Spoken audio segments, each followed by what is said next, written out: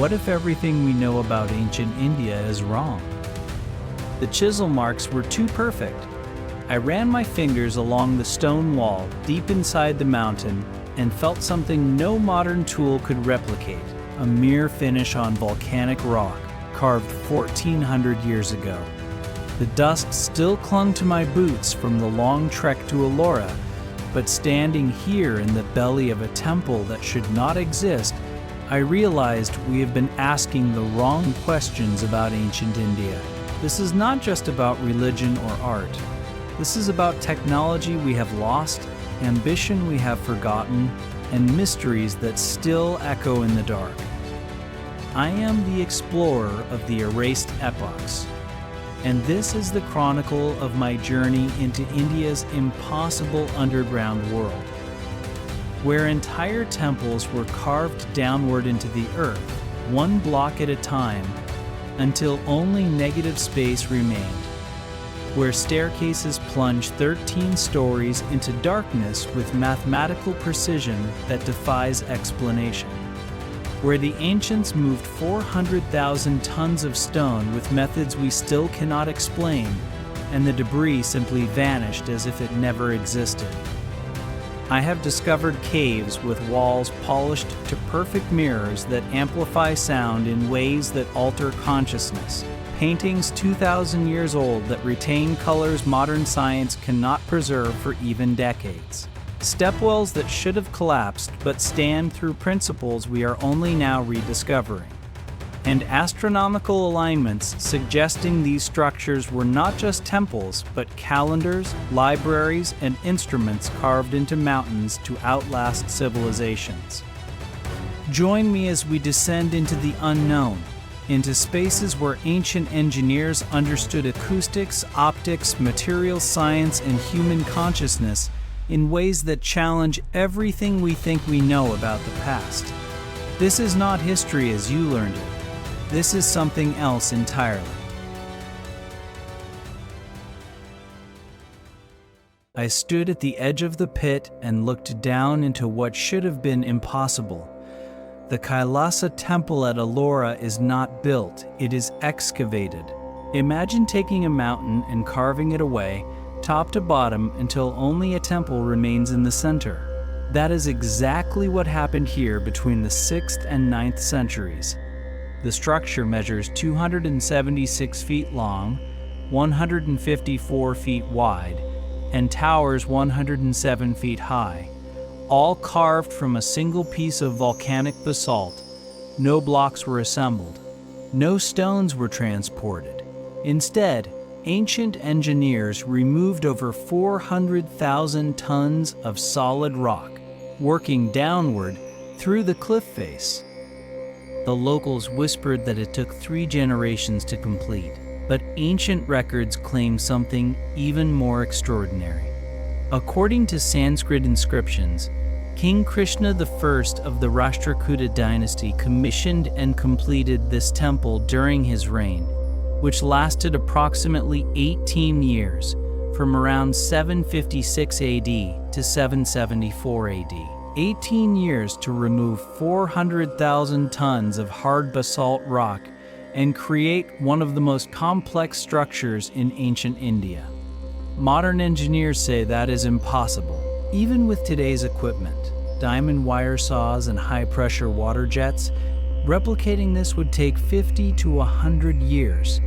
Yet they did it with hammers and chisels, with wooden mallets and rope, with nothing but coordination and audacity. Standing here, notebook in hand, I traced the intricate elephant sculptures that line the base, each one emerging from the same continuous stone as the temple above. The construction method itself is what baffles me most. The artisans used a vertical excavation technique, starting at the top of the original rock face and carving downward. They excavated 3 massive trenches at right angles, cut vertically down to the base level of the hill. This method defined the shape of the temple while leaving a substantial central mass of rock, measuring over 200 feet long, 100 feet wide, and 100 feet high at its peak. One miscalculation, one crack in the wrong place, and the entire structure would have collapsed inward, killing everyone below and destroying years of work. How did they plan this? How did they know the rock would not crack? Ancient Indian architects likely used scale models, string lines, and full-size outlines sketched in plaster or chalk.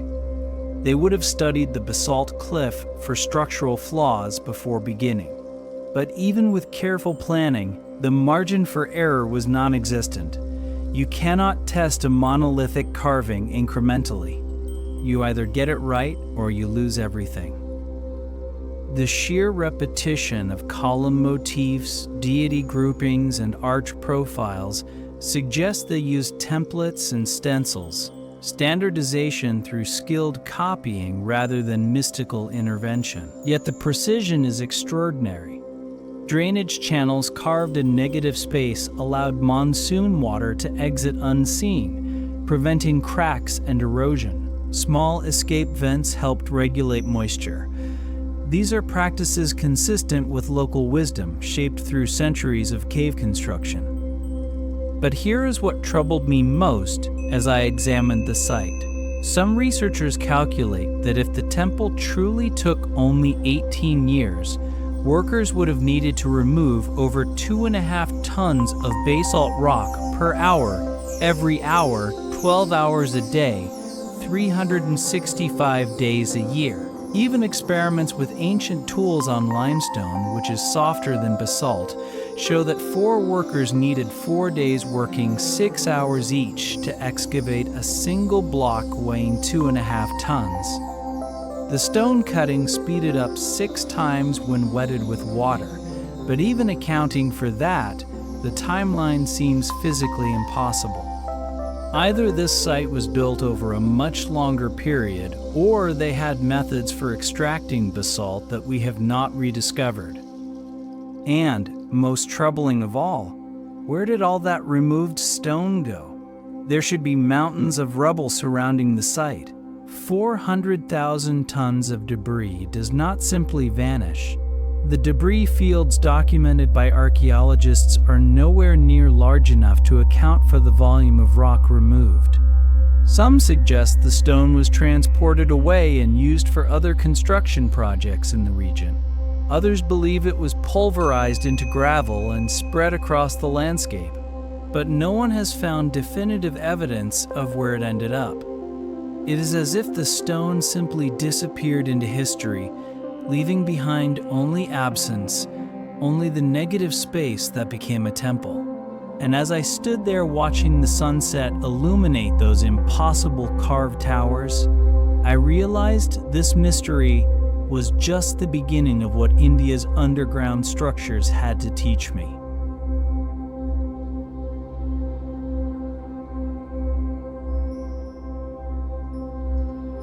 The Barabar caves had been calling to me for months. When I finally entered the Lomas Rishi cave in Bihar, I understood why archaeologists still argue about them. These are the oldest surviving rock-cut caves in India, some dating back over 2,200 years, and they possess something that should not exist in ancient architecture: a mirror finish. I lit my torch and watched the light dance across the granite walls. The surface was so polished that I could see my reflection, not dimly, but clearly, as if the stone had been turned to glass. Modern geologists have tested the surface and confirmed it was achieved without any coating or paint. The rock itself was somehow polished to a near-perfect reflectivity. Emperor Ashoka of the Maurya dynasty commissioned the Lomas Rishi cave around 250 BC, dedicating it to the Ajivika sect, an ancient religious community that practiced asceticism and competed with both Buddhism and Jainism before becoming extinct. The cave features 2 chambers, a rectangular hall and a circular chamber with polished interiors that gleam like black mirrors. The exterior displays a carved facade that imitates wooden structures, showcasing the transition from wood to stone architecture in ancient India. That Chaitya arch at the entrance, with its elephant motifs and intricate carvings, represents one of the earliest forms of rock-cut architecture on the subcontinent. But it is the polishing technique that haunts modern researchers. Achieving a mirror finish on granite today requires diamond-tipped blades and mechanical grinders with industrial polishing compounds. Yet the Mauryan craftsmen managed to create an almost flawless finish using techniques that have been completely lost to history.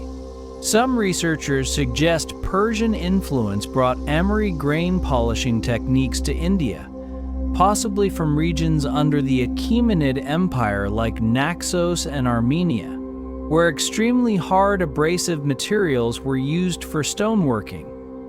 Emery grains have a hardness rating that makes them effective for grinding down granite, but the process would have been incredibly labor-intensive, requiring repeated applications over months or years.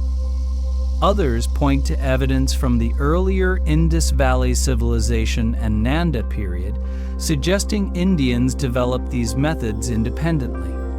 What we know for certain is that no later rock-cut cave sites in India, not even Ajanta or Ellora, match this level of finish. The technique appears to have vanished after the Mauryan period, adding layers to the mystery. The Mauryan polish visible on smaller surfaces like the Ashoka pillars and their capitals shows the same extraordinary craftsmanship, but scaled up to cover entire cave interiors, the achievement becomes almost incomprehensible. These walls were dug into hard granite and polished before 261 BC, the date of Ashoka's inscriptions. The caves also possess extraordinary acoustic properties that cannot be accidental.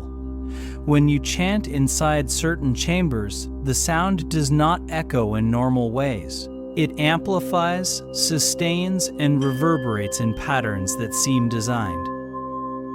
I tested this in the Sudama cave, which has what might be the highest quality polishing among all the Barabar caves. The circular chamber measures 5.8 meters in diameter, with walls shaped in a convex arc topped by a dome. When I chanted a simple tone, it sustained for approximately 5 to 6 seconds after I stopped, the sound bouncing and reinforcing itself in ways that defied normal acoustic behavior. The voice of someone standing in front of you is not heard directly. Instead, it sounds loudly in your right ear, then your left, creating a spatial effect that shifts as you move even slightly. The smooth, polished surfaces create unique sound reflections that researchers have studied for decades. Some believe the caves were designed as special acoustic halls, spaces where specific frequencies could be sustained and experienced directly during religious rituals and chanting. The monks who used these as meditation retreats during monsoon seasons must have known something profound about sound and consciousness. Every cave was carved in monolithic rock, virtually identical in size and internal geometry, with walls, roofs, and floors polished to the highest quality. That level of standardization suggests careful planning and shared knowledge across multiple construction teams working simultaneously or in sequence. But here is what troubles me most. We can see exactly how they cut the granite. Tool marks inside certain chambers reveal the methods used, and it is obvious they employed high-quality steel tools and specific cutting technologies.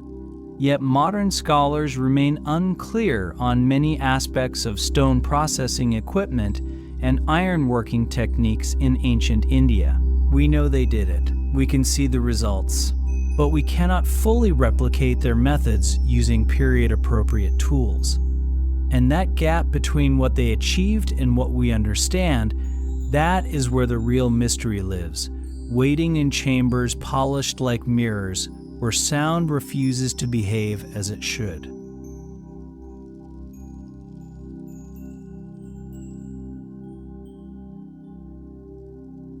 Chand Baori nearly broke my mind when I first descended its steps. This stepwell in Rajasthan's Abaneri village plunges approximately 30 meters, which is roughly 100 feet, into the ground across 13 stories. But it is not the depth that stuns you, it is the geometry. I counted 3,500 narrow steps arranged in a perfect, dizzying symmetry. Each level mirrors the one below it, creating an optical illusion that makes you feel like you are falling even when standing still. Construction began in the 8th or 9th century under Raja Chanda of the Nikumba Rajput dynasty. The structure has been built in an upside-down pyramid style with double flights of steps on each of its 10 landings on all 3 sides. Classical Indian texts on architecture, known as Vastu, like Aparajita Pricha or Vishvakarma's Vastu Shastra, call this specific design a Vijayvapi. The construction process involved excavating several stories underground in order to reach the water level of the site. Once complete, the wells and walls of the excavation were lined with masonry, usually without mortar, and staircases of varying design were added from ground level down to the water reservoir. The well was specifically constructed of dark porous volcanic rock so that, even out of monsoon season, water could collect in the stepwell from the edges and the earth underground. During monsoon season, the well has been known to fill almost to the top, but the steps allow access all year around. The structure served as more than just a water source. In a desert region where temperatures soar, the bottom of the well remains significantly cooler. At the base of Chand Baori, the air stays 5 to 6 degrees Celsius cooler than at the surface. Ancient engineers understood thermodynamics in ways we are only now appreciating. Stepwells were used not just for accessing groundwater, but also for the storage of food and as summer shelters in medieval times. In tropical regions, such as India, temperature is a major problem that causes thermal distress, and traditional architectural concepts were incorporated in these medieval structures to achieve thermal comfort. The design used airflow, geometry, and underground water to create natural air conditioning centuries before electricity existed. But here is what troubled me as I stood at the bottom, looking up at the impossibly precise steps. How did they excavate this without the entire structure collapsing inward? The walls show no evidence of support structures during construction, no scaffolding marks, no temporary bracing. It is as if they carved the entire thing in one continuous operation, knowing exactly how the stone would behave under stress. The geometric layout reflects an understanding of spatial symmetry and proportion, with concepts similar to the Pythagorean theorem ensuring both stability and aesthetic balance. The triangular arrangement of the steps aligns with mathematical principles that maximize water collection and access while demonstrating efficient engineering and planning. The mathematical precision is what haunts me. I measured several steps at random levels, and they varied by less than 2 centimeters. That kind of consistency requires tools and planning we cannot fully explain. The sequential arrangement of repetitive step units offset at different levels has turned Chand Baori into a captivating complex. The underlying principle of such elaborate design is the mathematical arrangement of stair units that grow from the bottom to the top in specific patterns. Some researchers suggest the geometric quality of self-similar repetition resulting in a complex outcome can be systematically described by fractal geometry. Earlier stepwells like Panamina Ki Kund in Jaipur, built in the 9th century AD, nearly 1 century before Chand Baori, show the bottommost tier has 1 stair unit, the next tier has 2 stair units, and the next tier has 3 stair units, continuing in arithmetic progression. The structure's mathematical precision in angles, depth, and repetition highlights the sophisticated knowledge of geometry and architecture possessed by ancient Indian builders. Every angle, every step height, perfectly calculated to distribute weight. I measured several steps at random levels, and they varied by less than 2 centimeters. The design and structure of Chand Baori was intended to conserve as much water as possible, with the central vertical shaft spreading out to a pool with a broad mouth around which steps are built. The stepwell itself is rectangular, built with the magnificence that only a ruler could command, with subterranean passages and rooms all around. That level of consistency requires tools and planning we can't fully explain. All of this had to be calculated before the first stone was cut, because there was no way to test the design incrementally. You either got it right, or the well collapsed and killed everyone inside during construction. And standing there in that impossible geometry, watching tourists pause halfway down because the optical illusion made them dizzy, I realized this was just one example of how ancient Indians understood mathematics and physics in ways that modern textbooks barely acknowledge.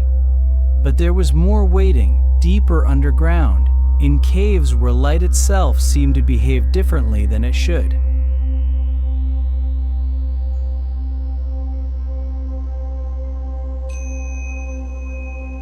I almost missed the entrance. That is how well the Ajanta caves blend into the horseshoe-shaped gorge in Maharashtra. In 1819, a British officer named John Smith was hunting a tiger when he stumbled upon what would become one of archaeology's greatest mysteries. More than 30 caves, carved directly into the mountainside, arranged in a perfect curve along the Wagora River. The Buddhist monks who created these sanctuaries chose this location deliberately around 200 BC for the earliest caves, with a second phase of construction occurring centuries later between 400 and 600 AD.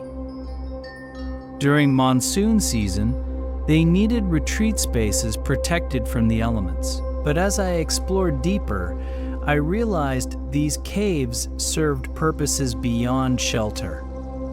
The walls contain some of the finest examples of ancient Indian painting, with frescoes that have survived nearly 2,000 years in conditions that should have destroyed them. The pigments were made from natural minerals: red and yellow ochre, green earth as glauconite, lime white, and lamp black for the darkest tones.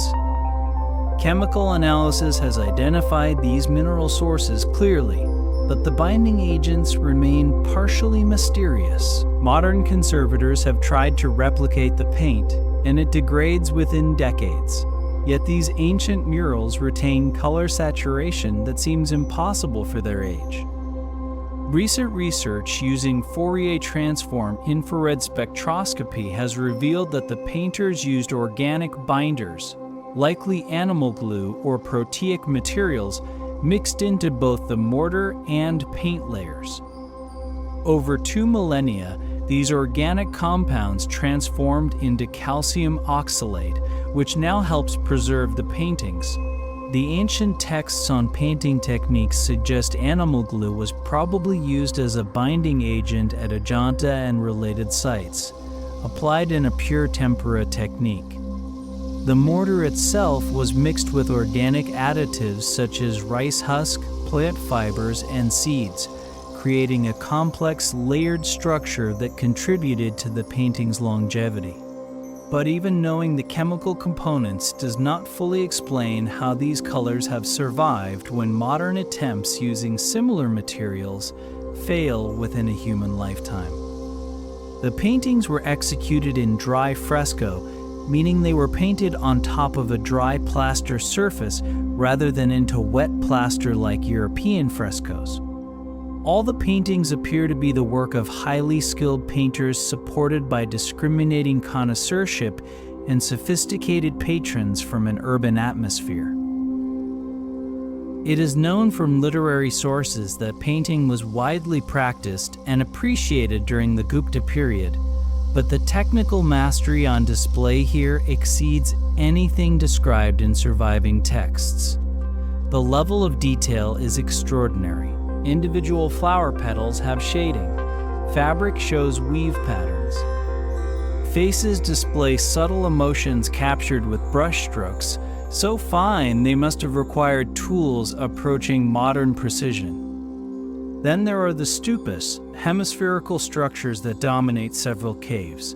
Some ancient interpretations describe these as vehicles for Buddha to ascend to the heavens. A few even have doors attached to them, which makes no architectural sense unless they were meant to be entered or opened from the inside. In Cave 6, the upper level shows a devotee in a kneeling posture at the Buddha's feet, an indication of devotional worship practices by the 5th century. One particularly important Buddha statue is attached directly to a stupa, indicating a compromise between stupa worship and image worship, showing the transition from the earlier Hinayana to the later Mahayana Buddhist phase. These weren't merely decorative or symbolic structures. They held theological significance that we may not fully grasp. The caves depict Jataka tales, stories of Buddha's earlier lives when he was a bodhisattva, turning stone walls into narrative teaching tools.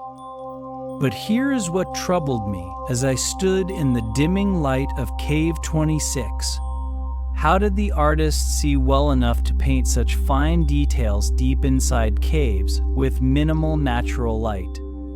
Some researchers suggest they used reflectors to direct sunlight into the caves, but these would only work for a couple of hours each day.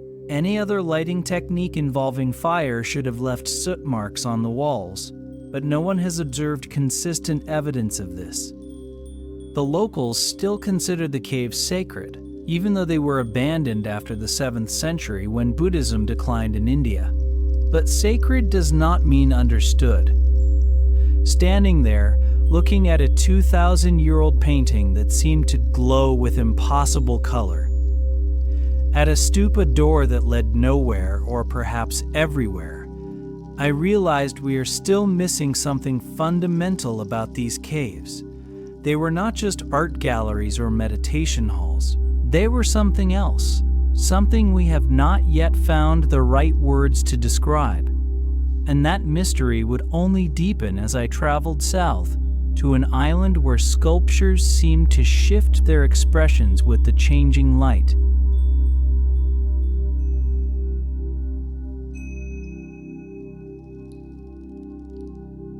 Elephanta Island sits just off the coast of Mumbai, but it feels like another world. The rock-cut caves here, carved from basalt hillsides between the 5th and 8th centuries, contain some of the most enigmatic religious artwork I've encountered. Scholars remain divided on exactly who built them and when. Colonial-era historians suggested the Rashtrakutas constructed them in the 7th century or after, primarily based on similarities with the Ellora caves, but this theory has been discredited by later findings. More recent scholarship attributes these cave temples to King Krishnaraja of the Kalachuri dynasty, dating completion to the mid-6th century based on numismatic evidence, inscriptions, and construction style. The caves themselves consist of 5 Hindu caves and 2 Buddhist caves with water tanks, along with a few Buddhist stupa mounds dating back to the 2nd century BCE. But what struck me immediately was the 3-faced Shiva sculpture known as Trimurti or Sadashiva, carved in relief on the south wall of the main cave. The image stands 7 meters tall, roughly 23 feet, depicting a 3-headed manifestation representing the cosmic aspects of creation, preservation, and destruction. Some interpretations suggest it actually represents a 5-headed Shiva, Panchamukha Shiva, with the fourth and fifth heads present conceptually but not physically visible. A smaller Sadashiva sculpture recovered from the Elephanta site, now in the Prince of Wales Museum in Bombay, shows all four heads physically carved. I visited at different times of day, and I swear the expression on each face shifted depending on the light. The central face, called Tat Purusha, appears benign and meditative, resembling the preserver Vishnu, representing the master of positive and negative principles of existence. The right half face, the west face, shows Shiva holding a lotus bud, depicting the promise of life and creativity. This represents Brahma the creator, or Uma, or Vamadeva, the feminine side of Shiva. The left half face, the east face, depicts a mustached young man representing Shiva as the terrifying Agora or Bhairava, the chaos creator and destroyer, also known as Rudra Shiva. At dawn, the central face appears serene. By afternoon, it looks stern. At dusk, almost sorrowful. The artisans who carved this understood how natural light would move through the cave throughout the day, and they sculpted accordingly. The cave is positioned along a north-south axis, with the Trimurti facing the north entrance, allowing specific angles of sunlight to illuminate different aspects of the sculpture at different times. Despite the noisy crowds you may encounter inside the main cave, the image of Shiva with closed eyelids in a deep contemplating attitude remains one of the most satisfying pieces of art in India. The three faces taken together express the contradictory nature of the divine, which gathers up and transcends all opposites, a characteristic expression of India's additive culture. The relief panels throughout the cave depict various aspects of Shiva, from creator to destroyer, each scene flowing into the next with narrative sophistication that suggests these were not just decorative. They were educational tools designed to teach complex theology through visual storytelling. The sculptures were painted in the past, but now only traces remain. Yet despite centuries of neglect and deliberate vandalism, the caves still radiate a power that is difficult to articulate. The Portuguese, who occupied the island in the 16th century, used the caves for target practice, causing extensive damage to many sculptures.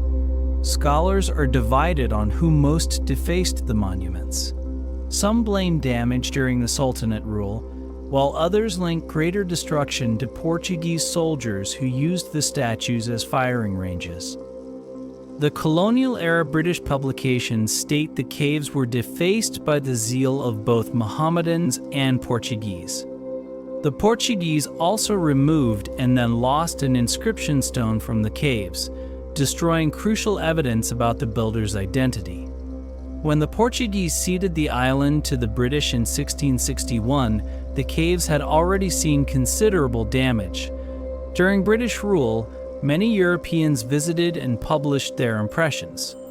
Some criticized it as having nothing of beauty or art, while others called it enormous artwork of extraordinary genius. Archaeologists remain uncertain about who exactly commissioned these caves or the precise timeline of construction. The identity of the builders has remained a mystery, with no inscription surviving and all evidence destroyed or removed by colonial powers. The rock-cut architecture has been dated to somewhere between the 5th and 8th centuries based on stylistic analysis alone. And as I traced the damaged nose of the guardian deity, feeling the weight of all that lost history pressing down, I wondered what secrets were carved into that missing inscription stone. What did the Portuguese take with them that might have explained everything? But there were other sites waiting, other mysteries that would only deepen my questions about what ancient India truly understood.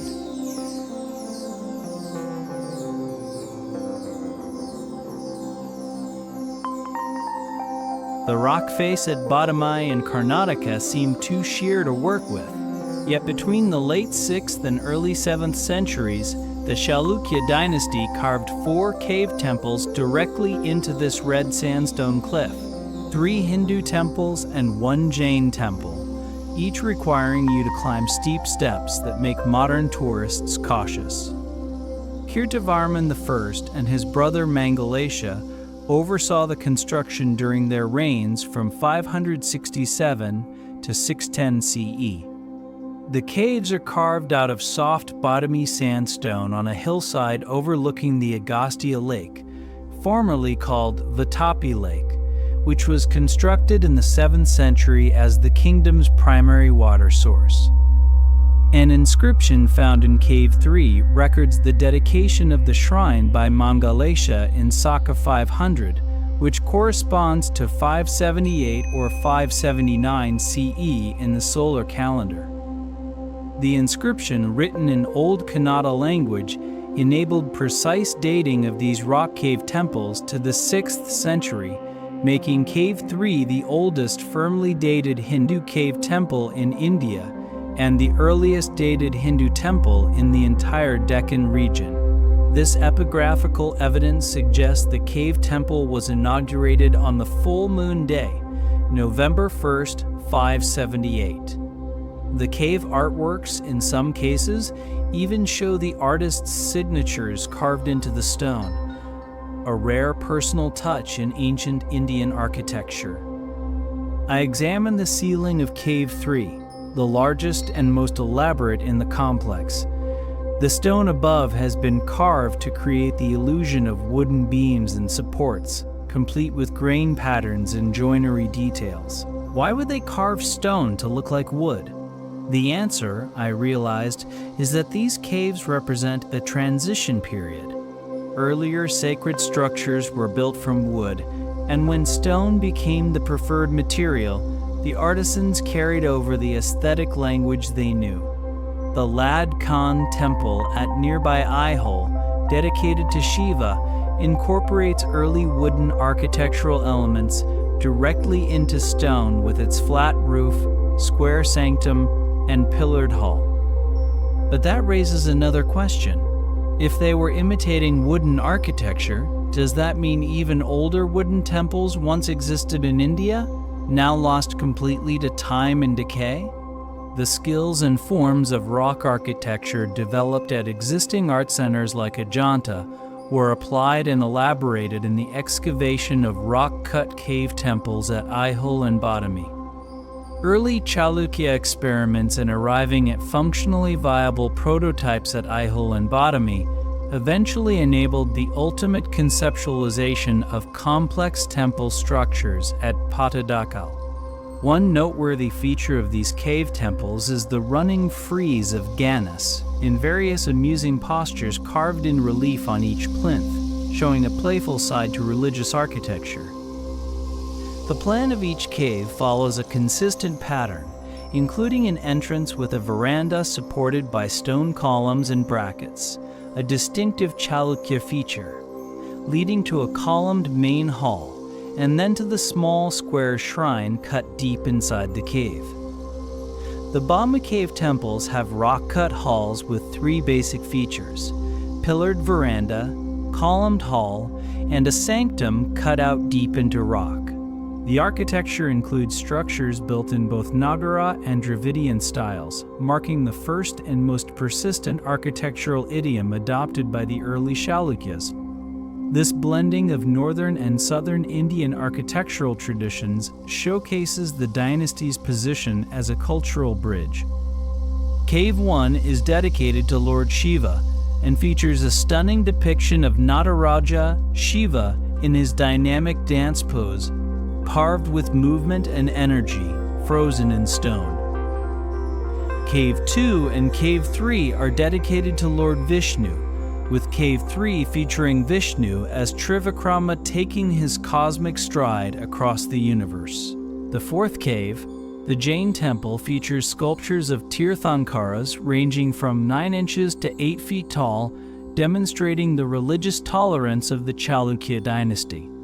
This cave is located on hillocks opposite the fort and contains numerous idols carved with the same precision as the Hindu caves.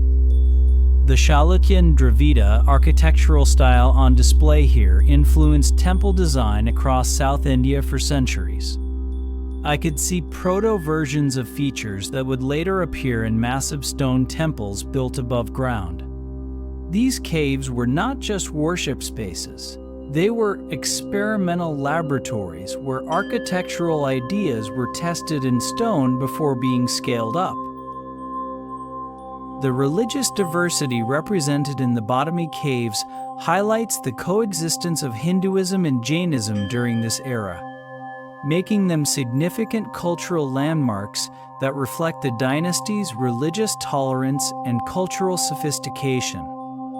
The use of rock-cut techniques in creating large monolithic sculptures was revolutionary, influencing the architecture of later periods and subsequent dynasties like the Rashtrakutas and Hoysalas. Standing in those caves, looking at stone carved to remember wood, I understood something profound. These artisans were not trying to escape their past, they were honoring it, carrying the memory of temporary structures into permanent stone, ensuring that even when the knowledge of wooden construction faded, the forms would survive. But this was just one piece of a larger pattern I was beginning to recognize across India's underground structures. And the next site would challenge everything I thought I understood about how ancient peoples recorded and preserved knowledge.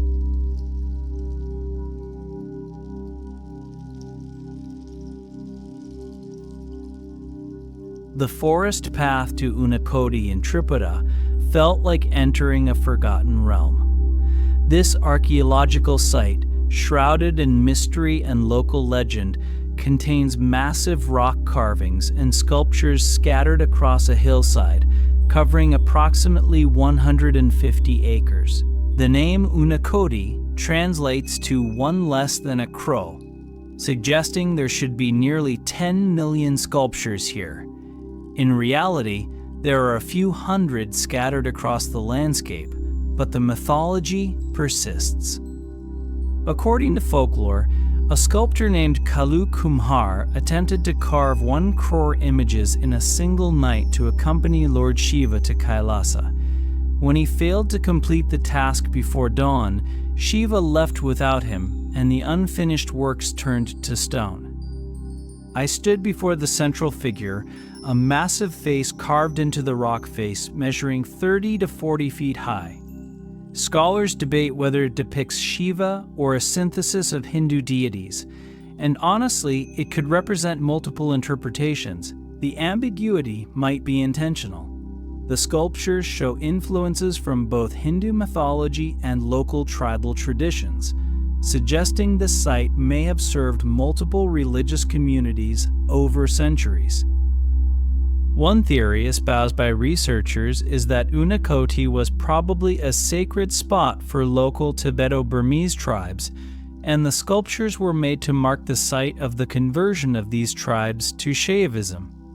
However, it is important to note that very little formal study has been conducted on Unakoti, leaving much of its history to speculation. The creation of these colossal rock-cut reliefs involved a meticulous sequential process. Artisans first selected suitable sandstone outcrops, likely identifying natural fissures or softer strata for initial excavation. Roughing out the general forms, such as the massive Shiva head, would have been achieved using heavy chisels and hammers. Subsequent stages focused on refining contours, carving intricate details of iconography, and defining the bas reliefs. Scaffolding, likely timber-based, provided access to higher sections of the cliff face. The process was subtractive, demanding precise planning to avoid irreparable damage to the living rock, a testament to the skilled craftsmanship likely from the Pala dynasty period. What fascinated me most was what the carvings revealed about ancient tool technology. The precision and detail achieved, especially in the intricate ornamentation, point to the use of specialized chisels and hammers of varying sizes and shapes. I found chisel marks in stone that were impossibly precise, cutting through hard sandstone with clean, straight lines. The low-relief technique of sculpting is uniform among all images, and apart from natural erosion, the sculptures remain intact in form. A unique aspect of the carvings at Unakoti is the treatment of anatomical features of different parts of the deity's body, treated only in their broadest aspect, without any attempt to create harmony with the whole. The design of the ornaments shows influence of local tribes, with the bas reliefs depicting deities of the Hindu pantheon in local craft tradition. The site exemplifies sophisticated rock-cut architecture, a specialized technique where the building is carved directly from natural rock. This method required an intimate understanding of the sandstone's geological properties, allowing artisans to create both monumental figures and delicate details. The integration of natural rock overhangs and existing cave formations into the overall design showcases an adaptive approach. The site blends indigenous tribal carving traditions with more formalized Nagara and Bengali temple sculptural styles, demonstrating a unique synthesis of regional artistic practices within the rock-cut medium. Another peculiarity troubled me deeply. Large trees do not grow on this hill. The locals cannot explain why. The hill supports only small plants and bushes, as if something about the rock composition or the density of carvings prevents deep root systems. I examined the soil and found nothing obviously unusual, yet this pattern persists across the entire site. The remote location and limited access of the site has helped in protecting it from incompatible development. For many centuries, this ancient place of worship was hidden deep in the forest and forgotten by the communities living around it. It was just a few decades back that local people began to rediscover the location and bring it to the attention of government authorities. During the annual Ashokastami Mela festival, held every year in March or April, thousands of pilgrims visit to offer prayers and seek blessings. The site attracts throngs of devotees during this vibrant festival celebrated with fervor and enthusiasm, featuring colorful processions, rituals, and cultural performances. Unakoti holds immense spiritual significance for devotees of Hinduism who consider it a sacred pilgrimage site. It is believed that a visit to Unakoti and offering prayers to the deities carved into the rocks can bestow blessings and fulfill wishes. And as I watched pilgrims touch the ancient stone faces with reverence, I wondered what stories these sculptures held. What techniques did the artists use that we have not rediscovered? Why does vegetation refuse to grow normally on this hill? The site raises more questions than it answers. A massive gallery set among the forest, displaying towering low-relief images in a unique style, making it a masterpiece of human creative genius. And as I descended the path, leaving those stone giants behind, I knew my next destination would reveal something even more perplexing about how ancient Indians worked with stone.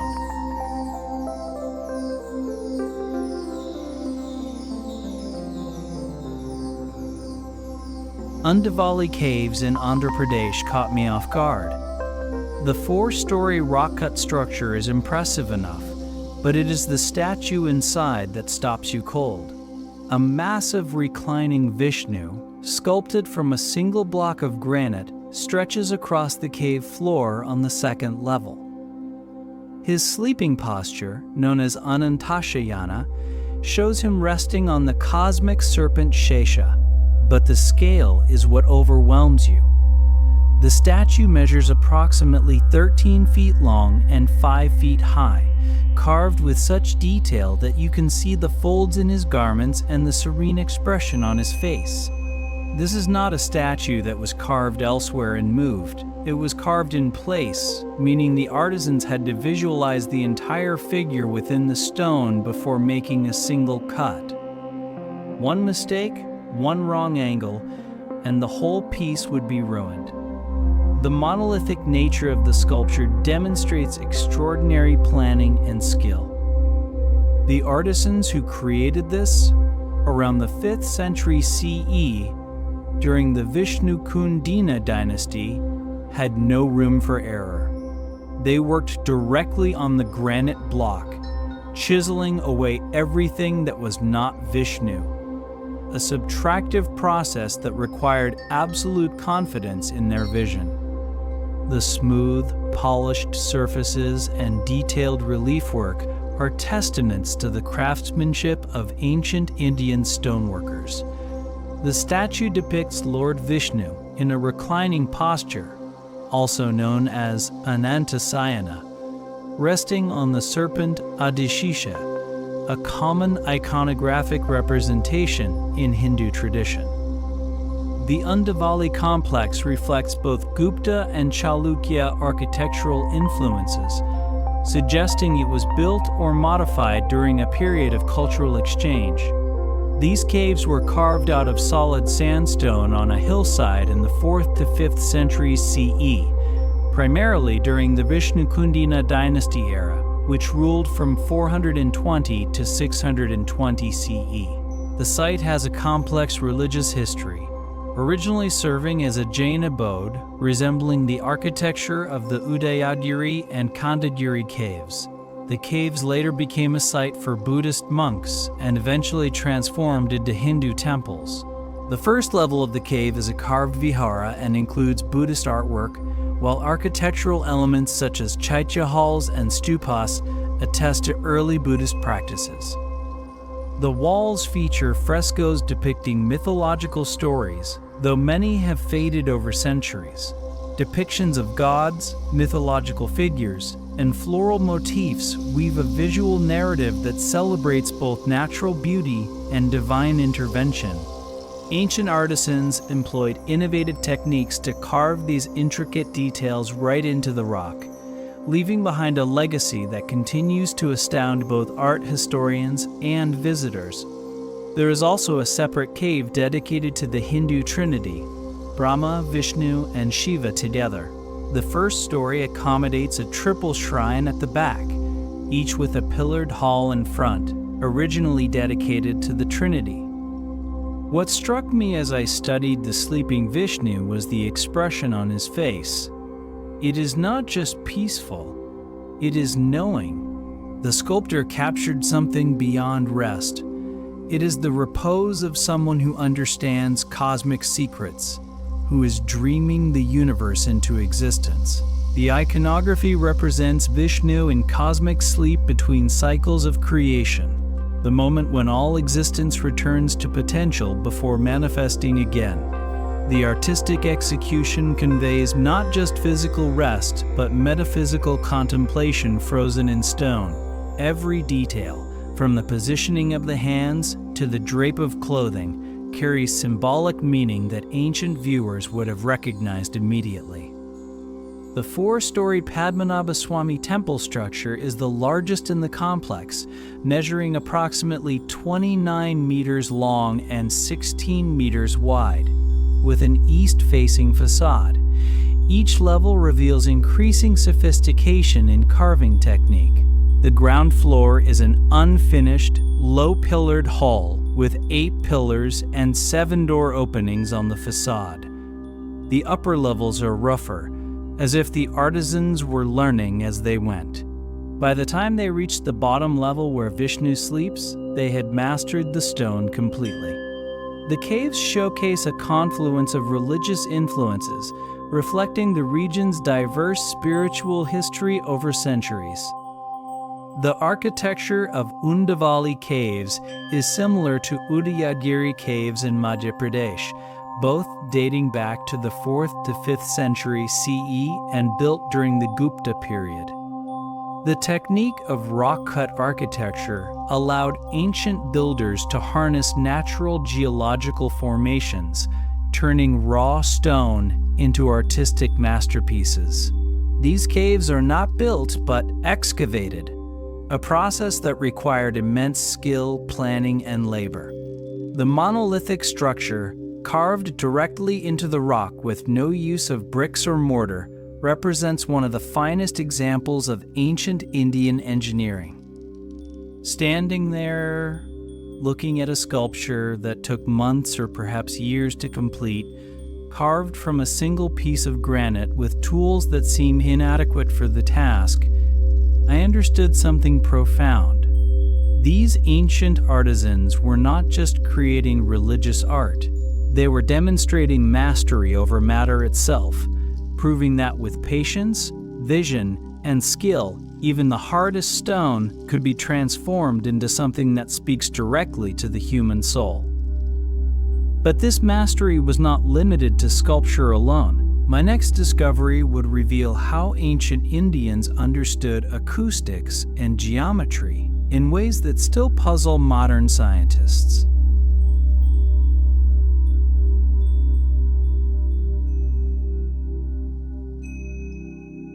Karla and Baja caves in Maharashtra represent some of the finest examples of ancient Buddhist rock-cut architecture. These were not grand temples meant to impress rulers. They were meditation retreats carved into hillsides where monks could practice in silence. I entered the Chaitya, the prayer hall in Cave 12 at Karla, and the space took my breath away.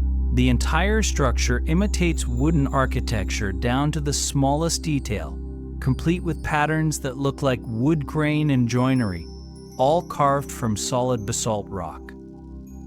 The main Chaitya hall at Karla is one of the largest rock-cut prayer halls in India, measuring approximately 37 meters long and 14 meters high. The hall retains its original wooden ribs along the ceiling, an exceptional survival of early Indian wooden architecture that somehow withstood over 2,000 years of monsoon seasons. The artisans who created this around 200 BC for Baja and slightly later for Karla had clearly worked with wood before transitioning to stone. They brought the language of timber construction with them, translating post and beam joints, curved rafters, and even decorative wooden screens into permanent stone. The most prominent excavation at Baja is its Chaitya Hall, a good example of the early development of this form from wooden architecture, with a horseshoe-shaped entrance and a vaulted ceiling supported by wooden ribs. Inside stands a stupa, the central object of veneration, that massive hemispherical structure representing Buddha's presence. But why carve stone to look like wood? Why not develop a stone aesthetic from the beginning? I think the answer lies in continuity. These monks were part of a tradition that stretched back generations. By carving stone to resemble wood, they were honoring the temporary structures their predecessors built, making them eternal. The skilled artisans of that time meticulously carved the caves into the basalt rock to create prayer halls, viharas or monasteries, and chaityas. The facade of the Great Chaitya at Karla is adorned with beautiful sculptures, including images of animals, humans, and mythical creatures. The intricate carvings and detailed sculptures showcase the artistic skills of the craftsmen of that era, demonstrating mastery in stone carving and adaptation to natural landscapes. The viharas, or monasteries, featured individual cells for monks radiating out from a central hall.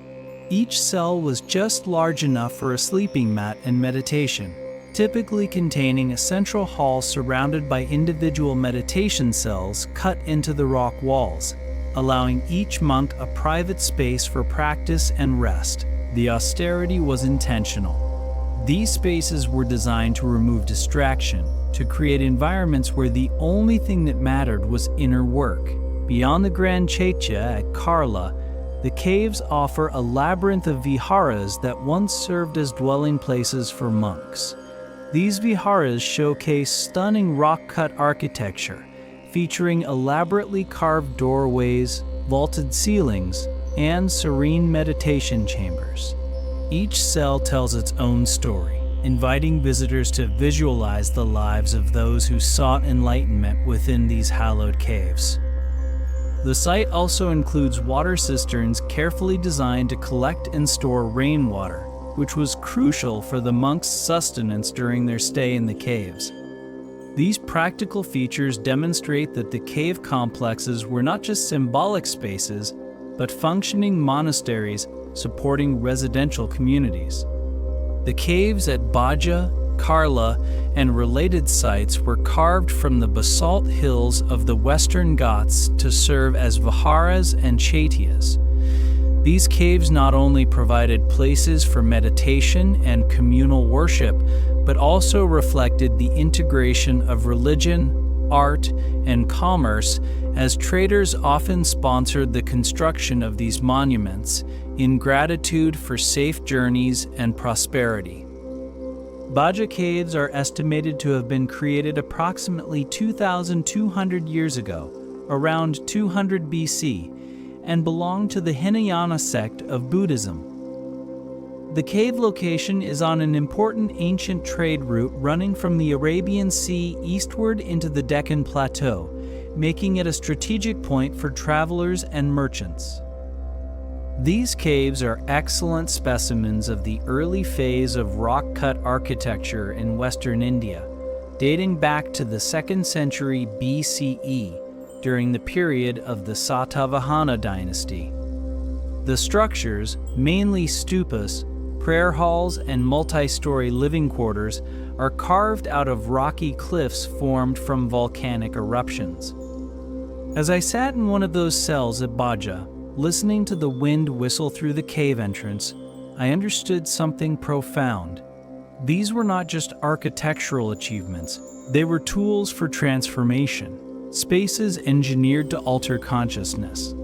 The precise acoustics of the Chaitya halls, where chanting would resonate and amplify in specific ways.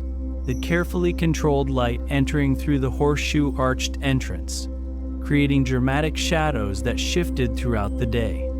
The isolation of the individual cells, each one a universe unto itself where a monk could confront existence directly. Every element was intentional, designed not just to house religious practice, but to facilitate it, to create conditions where enlightenment became not just possible, but probable. And as I emerged from that ancient meditation cell, blinking in the afternoon sun, I realized these caves held secrets about human consciousness that we are only beginning to rediscover.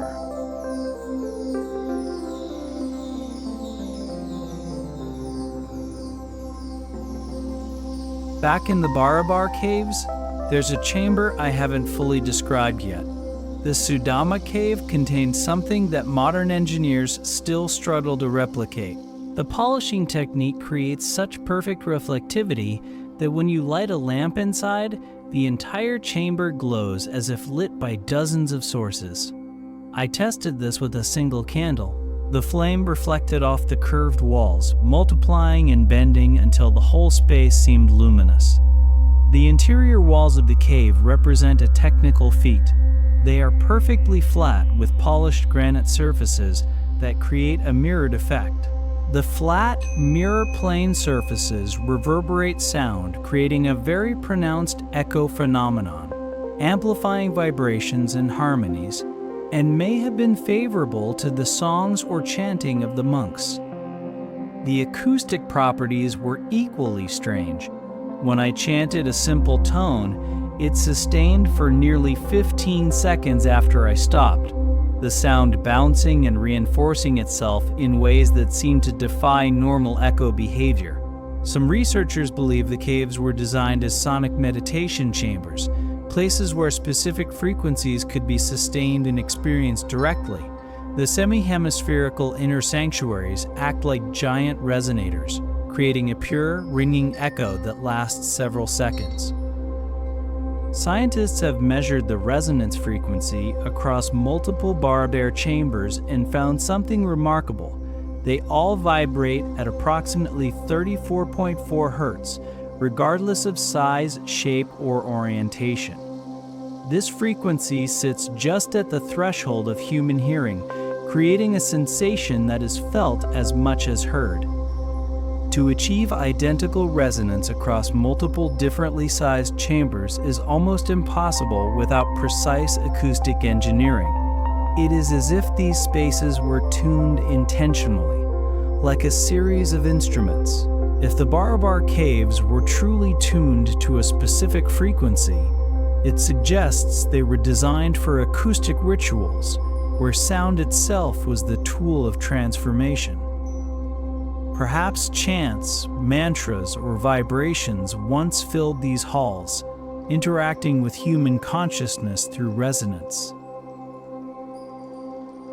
Research into ancient acoustics has found that exposure to low frequencies in the 95 to 120 Hz range can cause changes in brain activity that correspond to meditative and trance states. The Barabar frequency of 34.4 Hz sits below this range, but could still produce physiological effects we are only beginning to understand. The Mauryan Emperor Ashoka commissioned several of these caves, dedicating them to the Ajivika sect, a now extinct religious group that practiced extreme asceticism. But Ashoka's engineers were clearly working with advanced knowledge of acoustics, optics, and material science. The precision of the mirror finish required understanding how to work granite at a microscopic level, removing imperfections smaller than the eye can see. The caves were carved from granite, an extremely hard rock, and finished with a very fine polishing of the inner surface, giving a mirror effect of great flatness as well as an echo effect. These quasi-perfect walls were dug into the hard rock and polished before 261 BCE, the date of the inscriptions of Ashoka. Modern attempts to recreate the finish using period-appropriate tools have failed. We can get close with industrial polishing compounds, but we cannot match it using only stone, sand, and patience. The polish was achieved by application of agate burnisher, which was later applied on pillars and sandstone objects, but the techniques seem to have required resources and expertise that disappeared after the Mauryan period. The knowledge and skills for such polishing seems to have disappeared again after the Maurya period, as subsequent caves, such as the Ajanta caves, do not have polished surfaces. No later rock-cut cave sites in India, not even Ajanta or Ellora, match this level of finish. The technique appears to have vanished after the Mauryan period, adding layers to the mystery. After the Barabar caves, the polishing of cave walls was abandoned, never to be revived, despite the huge efforts at building Buddhist and Jain caves until the 6th century CE. Such grandiose caves as Karla Caves or the Ajanta Caves do not have any polishing either. This may be due to the fact that Mauryan caves were dedicated and sponsored by the Mauryan imperial government, allowing for huge resources and efforts to be spent, whereas later caves were essentially the result of donations by individuals who could not afford as high a level of spending. But this explanation feels inadequate. If the technique was known, why not apply it on a smaller scale? Why did the knowledge itself disappear rather than just becoming less common? Which means either they had tools we do not know about, or they knew techniques for working stone that have been completely lost. According to some scholars, the polishing of rocks could have a local origin, invoking the existence of polishing technologies from the Neolithic period visible in various stone tools such as axes.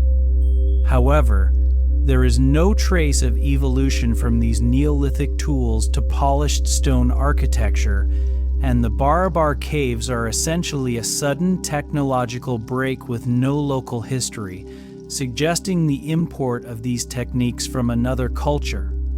Some examples of Indus Valley Civilization statuary from Harappa and Mohenjo-Daro circa 3000 to 2000 BCE do show a certain level of polishing. Standing in that mirror-finished chamber, watching my reflection multiply across curved granite walls, listening to my voice echo for impossibly long seconds, I felt something profound. These caves were not just shelters or temples. They were instruments, precision-engineered to manipulate sound and light in ways that would affect human consciousness directly. And the fact that we lost the ability to create them suggests that some knowledge once gone is extraordinarily difficult to rediscover. But my journey through India's underground mysteries was far from over. The next site would reveal something even more troubling about what these ancient structures might actually be.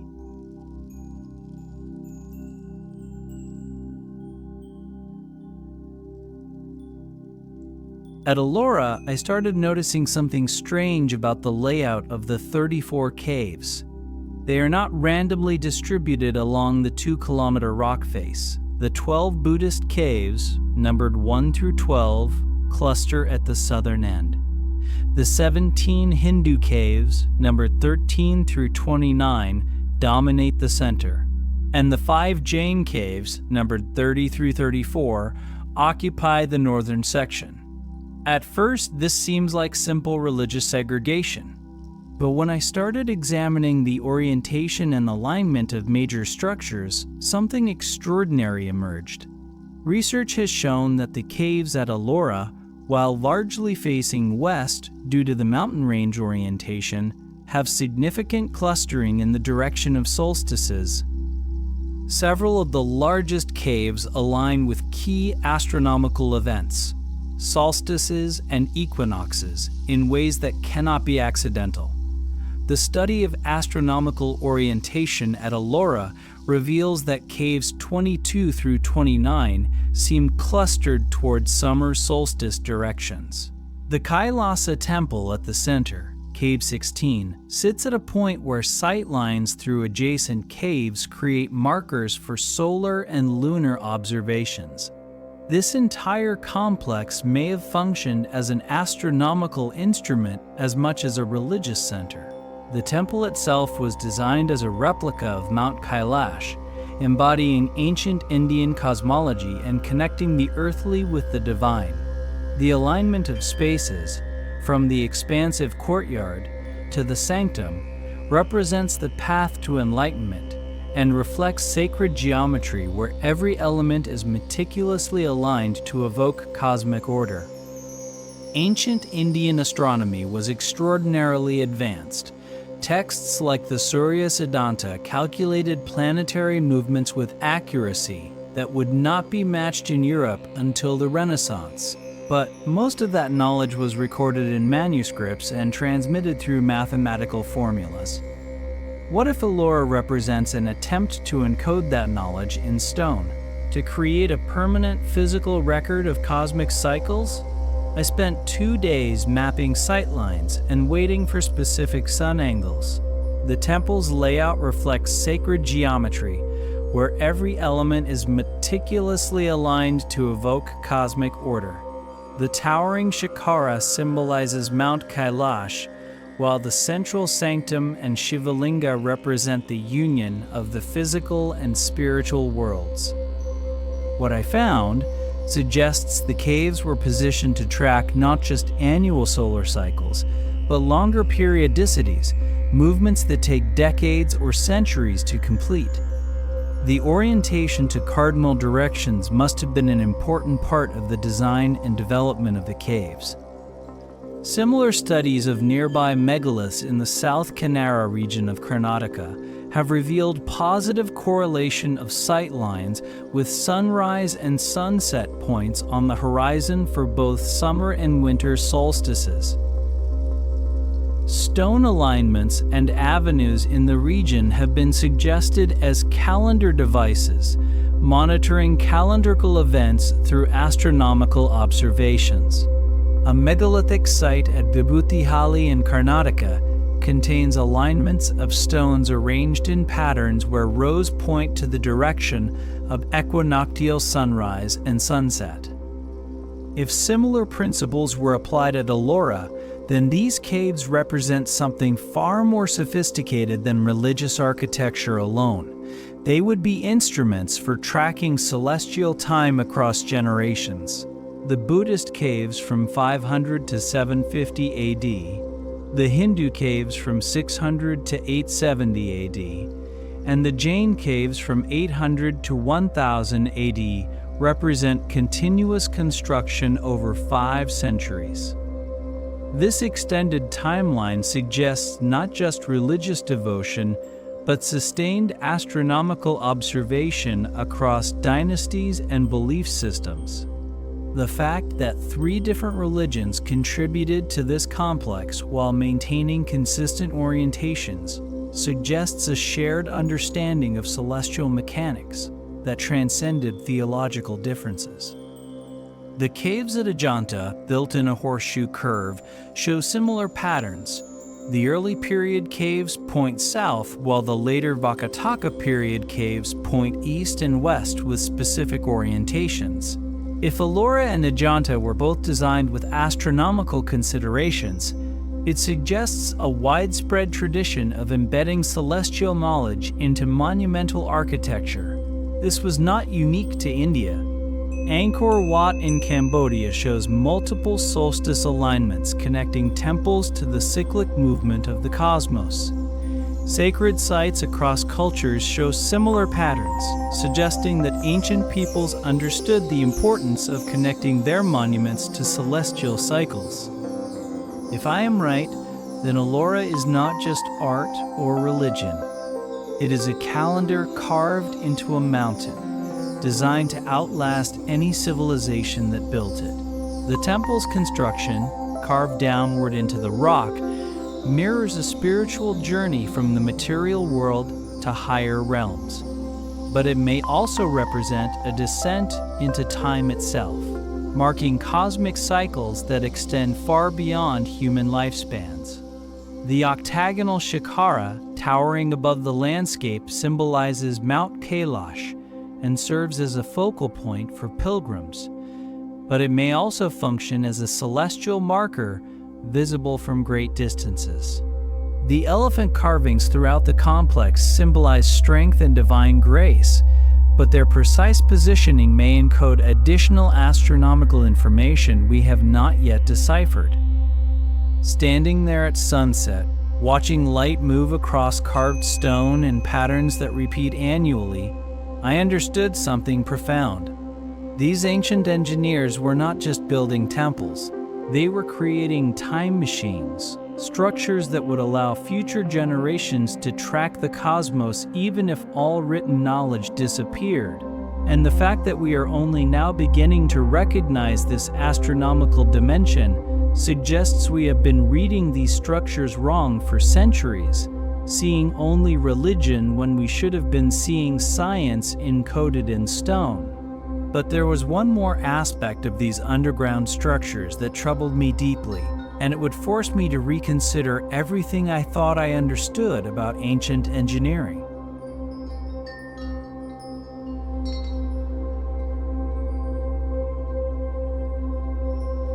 I returned to Chand Baori because something was bothering me.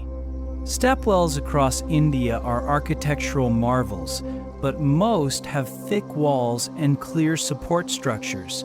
Chand Baori's walls are relatively thin for a structure descending 100 feet into the earth.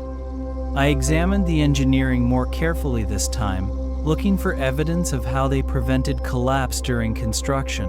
What I found was genius. The steps themselves are the support structure. Each tier of stairs distributes weight outward to the surrounding walls, but also downward to the tier below. It is a self-supporting system where every element braces every other element. Remove any section, and the whole thing would fail. but built as a unified whole, it is incredibly strong. The construction method involved excavating several stories underground in order to reach the water level of the site. Once complete, the wells and walls of the excavation were lined with masonry, usually without mortar, and staircases of varying design were added from ground level down to the water reservoir. Built using masonry, rubble or brick, stepwells involved careful placement of a long staircase and side ledges around a trench that allowed access to water. The geometrical design is a maze of double flights of steps in a perfect diamond shape in symmetrical pattern. The zigzag pattern descending steps run parallel to the Baori top levels, leading down to the water level. The mathematics required to design this are far from simple. You need to understand load distribution, material stress, soil pressure, and geometric stability. Ancient Indian texts on architecture, known as Vastu, like Aparajitapracha or Vishvakarma's Vastu Shastra, call this specific design a Vijayvapi. The engineering principles mirror those found in ancient Indian temples that survived earthquakes for centuries. These structures used interlocking stone joints, low centers of gravity in layouts, symmetrical floor plans, and materials selected for both durability and flexibility under stress. The friction-based assemblies allowed for micro-movements under seismic stress, acting like mechanical hinges that absorbed and dissipated energy without fracturing. All of this had to be calculated before the first stone was cut because there was no way to test the design incrementally. You either got it right or the well collapsed and killed everyone inside during construction. The stepwell was strategically positioned between two riverbeds to capture and conserve rainwater and channel it into underground reservoirs, ensuring a steady supply of water for the surrounding community perennially. This monumental undertaking required collaboration among people from all walks of life, including craftsmen, artists, farmers, laborers, and architects, with their skills and expertise to transform a vision into reality through the spirit of unity and camaraderie. The structure was expanded during the Mughal era in the 18th century, with art galleries and a retaining wall added around the well. If the lower pool, shrine, open rooms, and steps have been the original construction from the 8th or 9th century CE, arcades, terraces, and the palace have been Mughal additions in the 18th century CE. The Mughals turned the structure into a private palace in the 18th century, adding the upper levels and an arcade to screen off the surroundings. A pillared veranda on all four sides seems to be a later addition. There is also a small room, Andari Ujala, which was a spot to draw water with some traditional pulley-like equipment. But these later additions almost seem crude compared to the original 8th century design. The Mughals understood large-scale architecture. They built the Taj Mahal after all. But whoever designed the original stepwell was operating on another level entirely, solving engineering problems in ways that modern architects with computer modeling still find impressive. The 13-story stepwell is over 100 feet deep, with a total of 3,500 narrow steps arranged in a crisscross pattern across three sides of the well. The geometric precision of the steps creates a mesmerizing effect, drawing visitors into a visual illusion as they gaze down into the well's dark depths. The stepwell was ingeniously designed to remain cool even in Rajasthan's oppressive summer heat. Chand Baori's deep construction, with its descending layers of steps, naturally cooled the air as it descended, offering a reprieve from temperatures that could soar above 40 degrees Celsius. Even today, standing near the bottom of Chand Baori offers a tangible drop in temperature, a powerful testament to the ancient engineer's foresight. During rainy seasons, the trench would transform into a huge water cistern, filling to capacity. Their close-packed design helped reduce evaporation. The innovative design not only maximizes the storage capacity of the Stepwell, but also allows for efficient water collection and distribution. This was not just functional infrastructure. This was architecture as mathematics, stone arranged according to principles that ensure stability across centuries. And standing at the bottom once again, looking up at 3,500 steps arranged in impossible symmetry, I realized something profound. These ancient engineers were not guessing. They were calculating with precision that rivals modern engineering, using principles we have only recently rediscovered in our study of earthquake-resistant design. The interlocking joints, the load distribution, the flexibility built into rigid stone, all of it demonstrates knowledge that supposedly did not exist in the 8th century. But the evidence was carved into the earth before my eyes. And the next mystery would force me to ask an even more troubling question. What if these structures were not just preserving water and marking time, but recording knowledge itself in ways we have completely overlooked?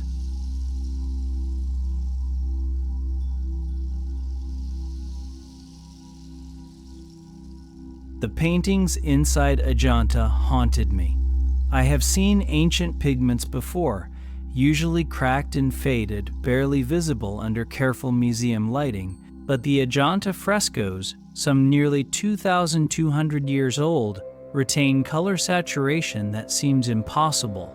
I watched a conservation team examine a section of wall. They took tiny samples for chemical analysis, and the results were baffling.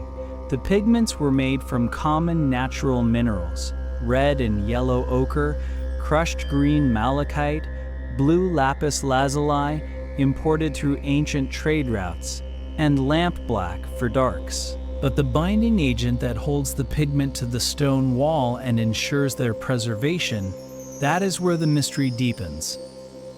Chemical analysis using Fourier transform infrared spectroscopy has revealed that the painters used organic binders, likely animal glue or proteic materials, mixed into both the mortar and paint layers.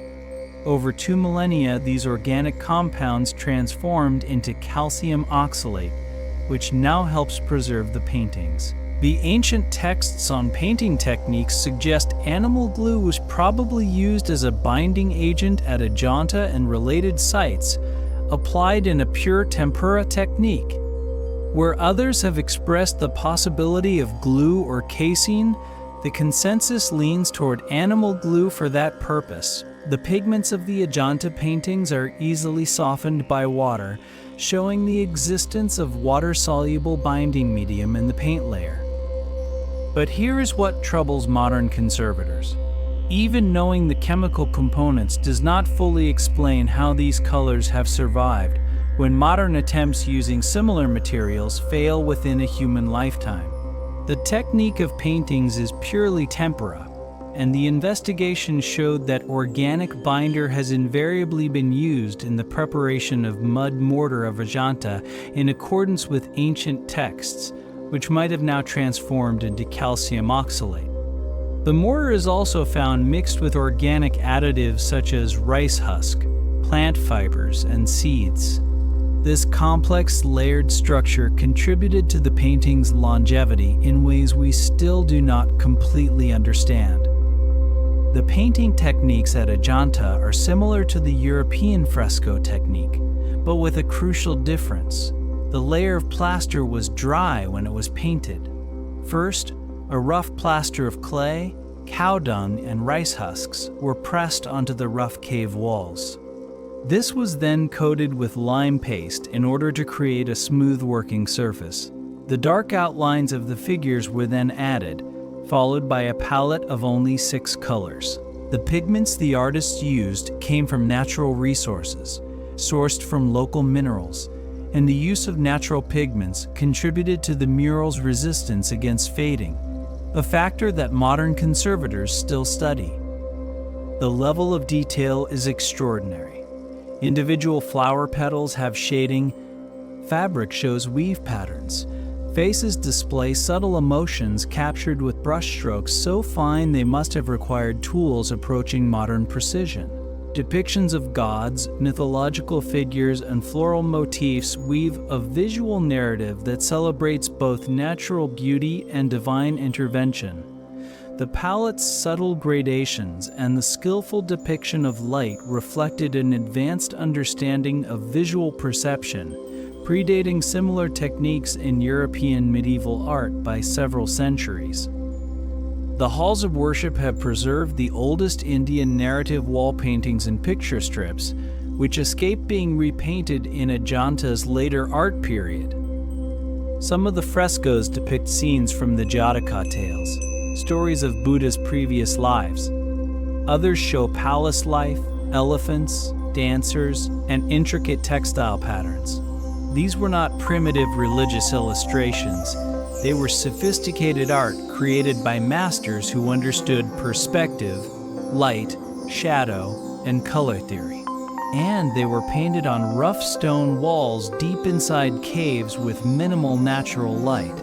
How did they see well enough to paint such fine details? The Ajanta caves are engulfed in darkness. In fact, this lack of light is crucial to the experience at Ajanta, demanding the viewer's time while intensifying a sense of the mystery. There may have been dim artificial lighting created by oil lamps in the past. However, even today, the majority of the caves remain almost completely dark, and without the help of artificial lighting, the caves remain in their original state. Did the artists use mirrors to direct sunlight into the caves? Lamps burning particular oils that produced minimal soot? If lamps were used extensively, how did they prevent soot buildup from ruining the paintings? These questions remain unanswered. The major scientific preservation of murals of Ajanta was carried out in 1920 by Italian conservators when the cave was under the domain of Nizam of Hyderabad state. Italian conservators tried various methods including alcohol, turpentine, very diluted caustic soda, and liberal use of shellac in alcohol or gum dammer in turpentine as fixatives of pigment. Every answer leads to more questions. Modern conservation efforts continue to race against time, creating stable containers for the fragile paintings and using optical fiber lighting to illuminate important painted caves without damaging them. Yet despite our scientific advances, we cannot replicate what these ancient artists achieved. The paintings that should have faded centuries ago still glow with impossible color, as if time itself has agreed to pause within these caves. And standing there in the dimness, looking at a 2,000-year-old painting that seemed more vibrant than works created last century, I realized we are missing something fundamental about how these artists understood materials, light, and preservation. Their knowledge was not primitive. It was sophisticated in ways we have not yet recovered. But perhaps the greatest mystery was still to come, waiting in a cave that would challenge everything I thought I understood about consciousness itself.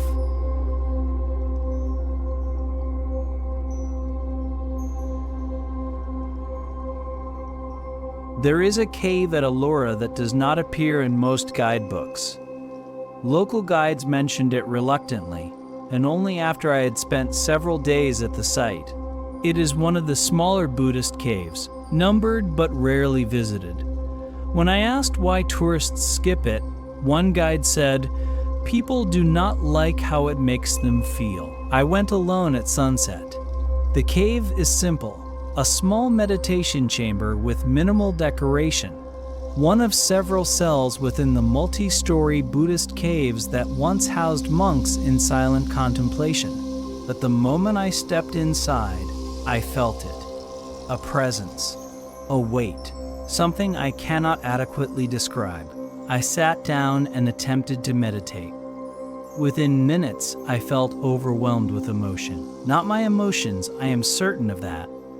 It was as if the cave itself was saturated with the feelings of thousands of monks who had meditated here over centuries. Grief, joy, peace, desperation, all layered on top of each other.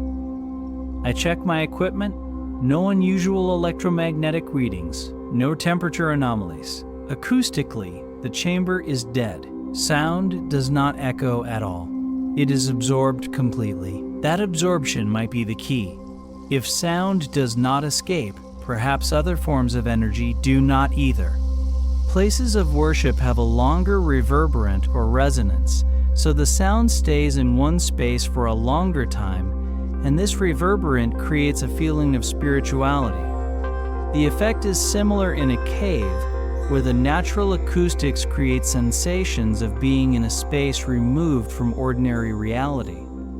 Perhaps the intense meditation practices performed here for centuries left some kind of imprint, something we do not have instruments to measure but can still sense. I am not a spiritual person. I deal in facts, artifacts, and evidence. But I stayed in that cave for 2 hours, and when I emerged, I felt like I had experienced something profound and unexplainable. Other visitors have reported similar experiences. One traveler described entering one of the darker Buddhist caves at Ellora and feeling an immediate shift, as if the space itself was charged with something beyond architecture. After 40 minutes of meditation and candlelight, he reported hearing 3 very loud bangs that seemed to come from within the cave itself, though no physical source could be identified. Another visitor experienced visions during meditation at Ajanta and Ellora, describing sensations of light, expansion, and contact with dimensions beyond ordinary perception. Archaeological research has discovered ancient cave paintings portraying humans staring meditatively and trance-like into fire that are over 50,000 years old. These findings have led to the development of the ritual healing hypothesis, which suggests that by engaging in fire-based meditative practices, key emotional areas of the brain became bigger, stronger, and more advanced. This is a common response to meditation that has now been proven by modern MRI-based neurological research. Those communities who engaged in meditative practices would have developed progressively more advanced emotional traits, higher levels of emotional flexibility and adaptability, and ultimately a better state of emotional health and well-being. The Buddhist caves at Ellora were carved patiently into basalt rock over centuries, creating spaces where monks could retreat from the world. Cave 11 remains one of the most peaceful corners, with a long veranda opening into meditation cells that were once living quarters for monks, minimalistic, empty, and deeply grounding. These were not decorative spaces. They were functional tools designed to facilitate specific states of consciousness. The darkness, the acoustics, the isolation, every element worked together to create conditions where ordinary awareness could dissolve and something else could emerge. Several other researchers I have spoken with report similar experiences in various meditation caves across India. Spaces that affect consciousness in ways that seem independent of suggestion or expectation. The Ravona Caves in South Goa, believed to have been dug by Buddhist monks in the 6th century for meditation, possess acoustic properties that inspire the sensation of being underground in a cool, dark space, heightened by the sound of trickling water from perennial springs within. Sound researchers who recorded the ambient noises found that the caves create feelings of being transported to different eras, as if time itself behaves differently within these spaces. We have no framework for understanding this. Science dismisses it as psychological, but when multiple trained observers report the same phenomena in the same locations, perhaps we are missing something important about how these spaces work. Perhaps ancient architects understood principles of consciousness engineering that we have not yet rediscovered. They knew how to create spaces that were not just shelters but instruments for transformation, chambers where the boundary between mind and matter became permeable. And as I left that unnamed cave at Ellora, still feeling echoes of emotions that were not mine, I realized the greatest mystery was not how they carved the stone, it was what they understood about human consciousness that allowed them to design spaces capable of altering it so profoundly.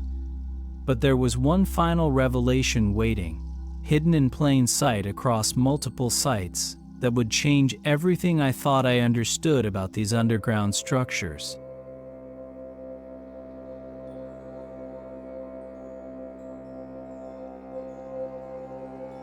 My final discovery at Ellora changed everything. Hidden in plain sight across multiple caves are intricate carvings that I initially dismissed as decorative.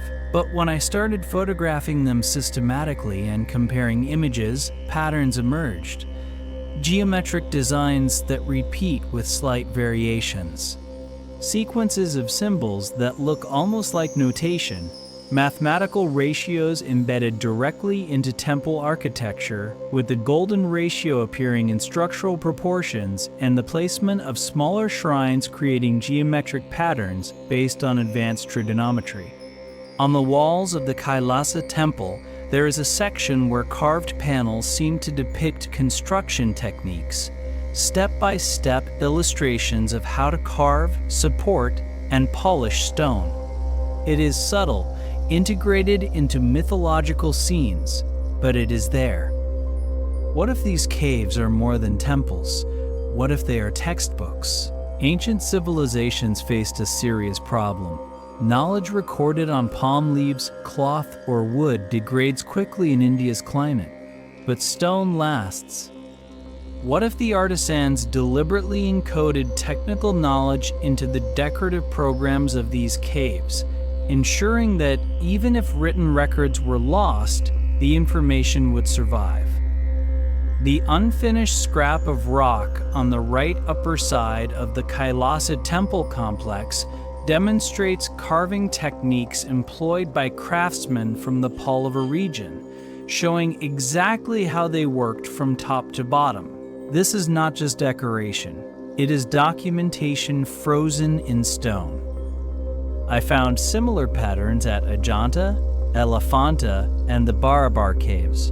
Architectural information, astronomical data, possibly even mathematical principles, all disguised as religious art. Cave 1 at Ajanta contains 20 painted and carved pillars with reliefs depicting tales from the life of Buddha, but closer examination reveals geometric precision that suggests mathematical knowledge encoded within the proportions. The intricate detail hints at the possibility of advanced knowledge encoded into sacred structures. The temples of India were not just places of worship. They were repositories of information carved into stone to survive millennia. Recent research using advanced imaging techniques has attempted to enhance the legibility of ancient Indian inscriptions carved in stone at various temples. The aim is to extract valuable historical and technological information from these inscriptions, uncovering hidden knowledge encoded in them that could provide insights into architectural practices and ancient building methods. By employing adaptive thresholding and morphological processing, researchers separate dark and light regions to improve character visibility, revealing technical information that has been overlooked for centuries.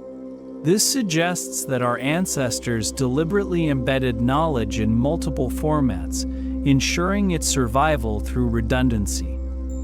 This hypothesis is speculative, I will admit, but it would explain some puzzling features. Why are certain carvings so precise when nearby ones are more stylistic? Why do geometric patterns repeat in caves separated by centuries and hundreds of miles? Why do some panels seem to have no mythological context at all? The stone temples of Hampi and the rock-cut caves of Ellora showcase cutting techniques that leave modern engineers scratching their heads, demonstrating precision that rivals contemporary laser cutting technology. At the Kailasa Temple in Hampi, granite blocks fit together so perfectly that you cannot slip a piece of paper between the joints. This level of precision requires knowledge, and that knowledge had to be transmitted somehow. The most interesting aspect of Kailasa is the perceived presence of craftsmen from various regions working together to produce the magnificent complex. The architecture and sculpture clearly show craftsmen from the Chalukyan region working alongside those from Pallava and Western Indian regions. This suggests knowledge exchange and collaboration across vast distances, with different schools of carving contributing their techniques. The architecture layout might have been inspired by the Chalukyan idiom, while the carving technique employed is definitely from the Pallava region, as the unfinished scrap of rock demonstrates. They were teaching each other through the stone itself. India has more than 1,500 known rock-cut structures, many containing artwork of global importance, adorned with exquisite stone carvings that represent significant achievements of structural engineering and craftsmanship. The effort expended often astonishes visitors, but from another perspective, a rock-cut structure is a decorated rock quarry where most of the stone removed was typically put to economic use elsewhere. But what if some of these structures served an additional purpose? What if they were libraries disguised as temples, encyclopedias carved into mountains? If I am right, we have barely begun to read these caves. We have been tourists admiring art, when we should have been students decoding a library carved into mountains, waiting for someone to learn its language, standing before those walls covered in what I had once dismissed as mere decoration. I realized the greatest mystery was not how they carved the stone, it was what they knew that we have forgotten. Knowledge about engineering, astronomy, acoustics, consciousness, and materials science, all encoded in geometric patterns and mythological scenes, waiting patiently in the dark for minds capable of recognizing it. These caves are not just monuments to faith, they are monuments to knowledge, built to outlast empires and speak to civilizations yet unborn. And we are only now learning to listen.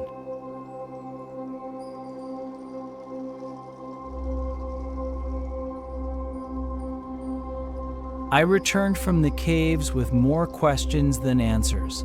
My notebooks are filled with measurements, photographs, and observations that defy simple explanations. India's underground structures are not what we have been told they are. They are not just temples carved by religious devotion. They are something far more complex, far more sophisticated, and far more mysterious than conventional archaeology acknowledges. These structures represent knowledge systems we have barely begun to comprehend. The mirror-finished chambers that amplify sound in impossible ways.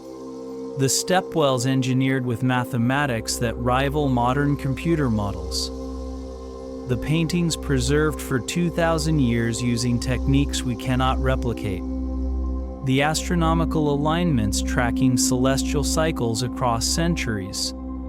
Every site reveals ancient Indians working with principles we thought were discovered much later, or in some cases, principles we still do not fully understand. What troubles me most is the knowledge that has been lost, the Mauryan polishing technique that vanished after Ashoka's reign.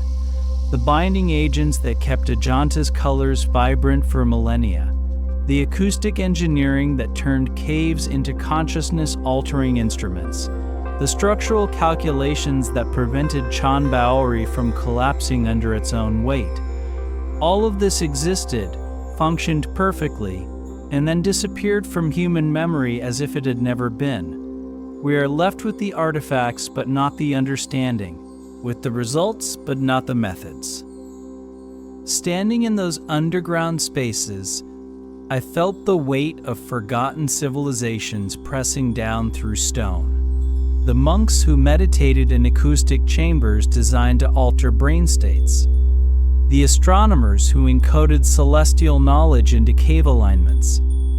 The engineers who moved 400,000 tons of rock using tools we consider primitive. The artists who painted masterpieces in darkness. They knew things we are only rediscovering, and perhaps things we have not rediscovered at all.